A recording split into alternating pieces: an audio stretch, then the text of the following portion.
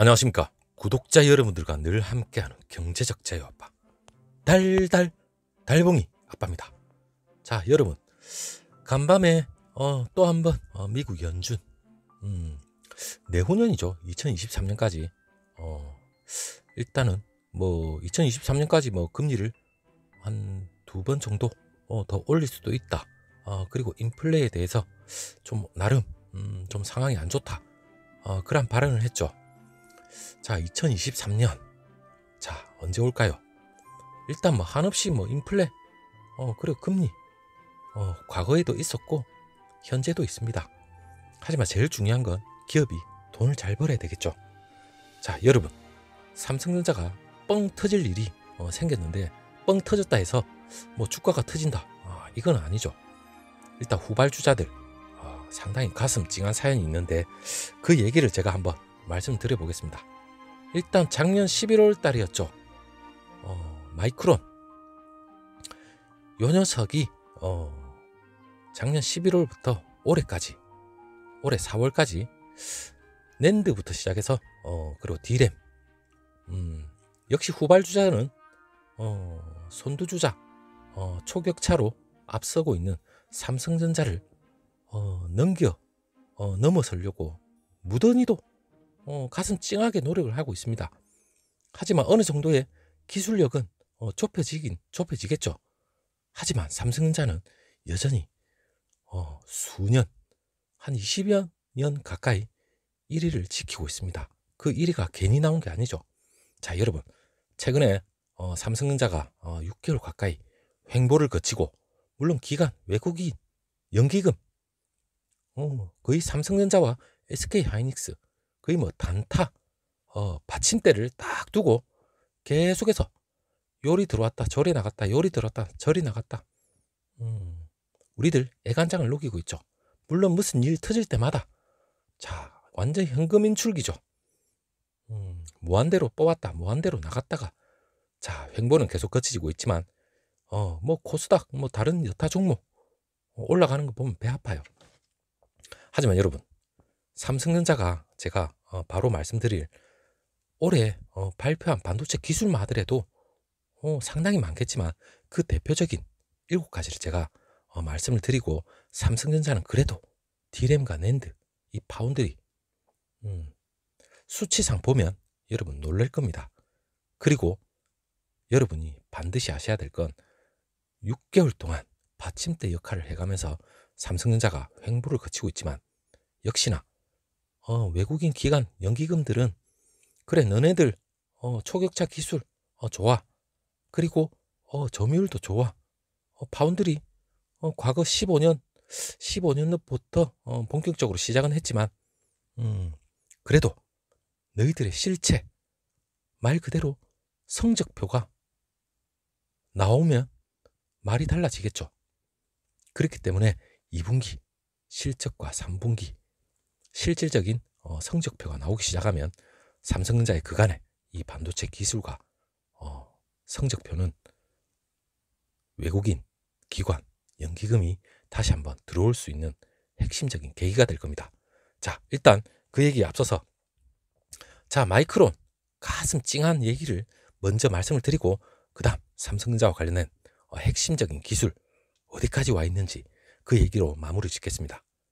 일단 가슴이 찡해도 너무 찡합니다. 자, 11월 달에 마이크론이 176단 3D 낸드를 출시했다고 자기네들이 언론을 통해서 보도를 했습니다. 얼마나 대단했으면, 사실상 겉으로 봐선 삼성전자가 그렇게 된다면 마이크론에 한 6개월에서 1년 정도 뒤지는 모양새죠. 물론 삼성전자 같은 경우에 보통 언론에 영업 비밀 차원에서 사실상 최근에 뭐 기술 개발이나 이런 걸 잘 공개를 안 합니다. 하지만 최근에 마이크론 너무 나서죠. 그렇기 때문에 삼성전자 역시도 이 기술력을 어느 정도 과시를 하기 위해서 이제는 건네고 있습니다. 보여주고 있죠. 일단 그게 뭐냐, 마이크론 테크놀로지, 물론 176단 3차원 낸드 출시를 했다고 얘기를 했는데, 최근에 그 제품을 누가 구했는지 말이 없어요. 물론 마이크론이 11월 양산에 들어갔다고 발표는 했지만 혹시 연구실에서 하나 덜렁 발표를 했는지 의문이 가지만 일단 시장에서도 이 제품을 사실상 찾아보기가 어렵다고 합니다. 물론 익명을 요구한 이 반도체 업계 관계자들도 16일 연구용으로 제품을 사실상 구하려고 지난 1월부터 눈을 씻고 찾아봐도 어떤 경로를 통해서 찾아볼 수가 없던 겁니다. 무려 5달이 지난 지금도 방법을 찾지 못하고 있는데 일단 뭐 시장에서 이 제품이 풀리지 않았다는 그런 의미로도 볼 수 있다고 얘기가 나오고 있는데 일단 의문입니다. 의문. 그만큼 자신감 있게 출시를 했다면 뭔가 보여줘야 되겠죠. 의문입니다. 자, 글로벌 메모리 반도체 이 마이크론이 사실상 메모리는 11.1%로 5위를 차지하고 있죠. 기술 1등을 내줄 수도 있다. 물론 발표 뒤에 온갖 언론에서는 다 떠들었습니다. 그리고 파운드리에 대해서 격차를 못 좁히니까 이제는 격차를 줄이지 못하고 위기가 닥쳤다. 뭐 그런 얘기까지 나오고 참 가관입니다. 물론 지난 4월달 마이크론이 14나노 D램을 개발했다. 그 얘기까지 나오면서 어떻게 보면 펀치를 한 번 더 날렸었죠. 일단은 여러분 초격차 자존심이 삼성전자로서는 상당히 상했습니다. 자, 일단 반도체 업계에서도 마이크론이 기술력을 지금 현재 과장하고 있다. 이란 말이 나올 정도인데 일단 한국 반도체 산업협회 거기서 나오는 얘기는 일단 후발주자 자체도 물론 선두주자와 격차를 좁히는 건 어느 정도 맞지만 일단 삼성전자가 그래도 확고한 1위다. 그렇게 얘기가 나옵니다. 자, 그렇다면 여러분 확실한 1위를 제가 말씀을 드려보겠습니다. 이걸 간단하게 여러분 눈 호강을 좀 하시고 제가 한번 마무리 지어 보겠습니다. 일단 여러분 뭐니 해도 삼성전자는 메모리 1위죠.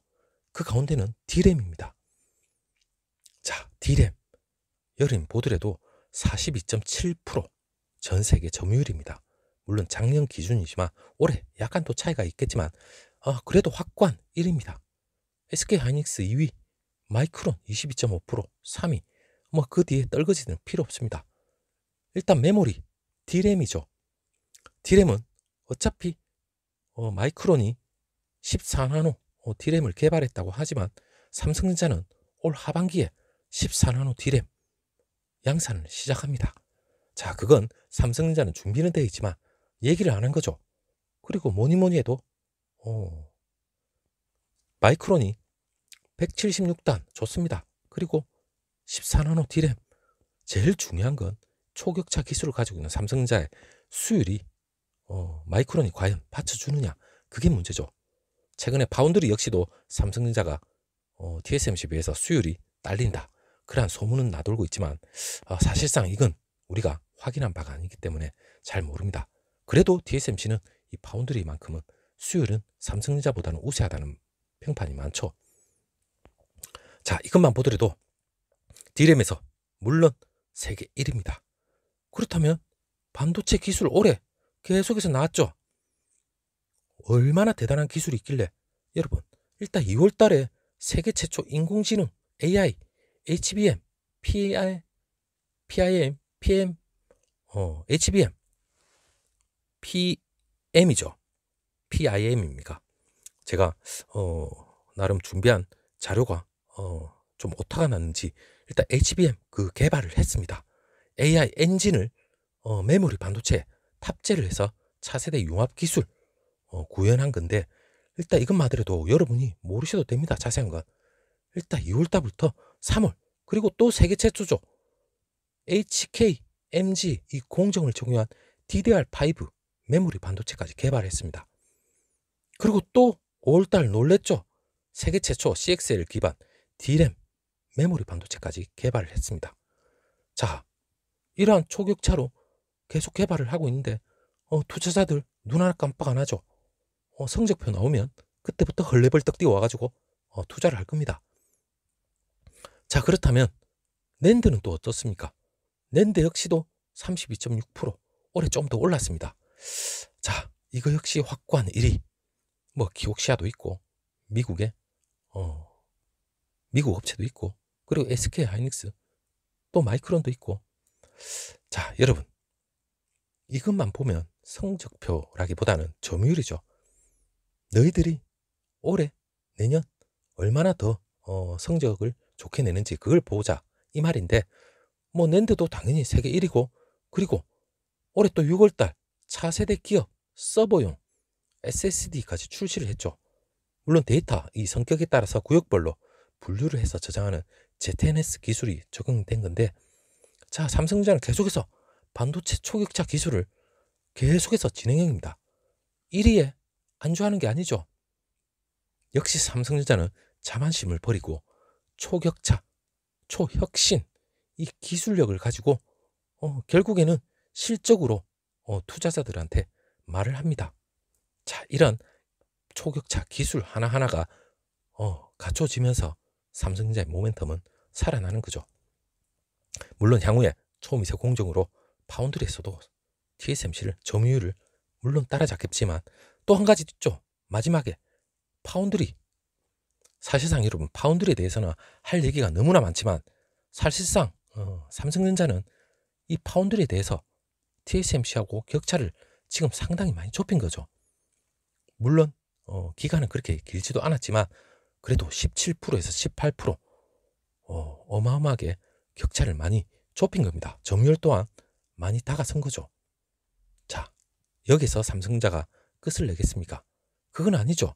이 메모리에 대한 확실한 기술 우위의 경험을 가지고 있습니다. 그렇기 때문에 파운드리 역시 TSMC와 격차를 빠른 시일 내에 좁혔고, 향후에 좀 더 좁히기 위해서 엄청난 투자를 아낌없이 퍼붓고 있죠. 그 대표적인 게 삼성전자는 지금 현재 파운드리에서, 자, 6월 달에 차세대 반도체 패키지 기술, 향후 미래는 패키지 기술 상당히 중요합니다.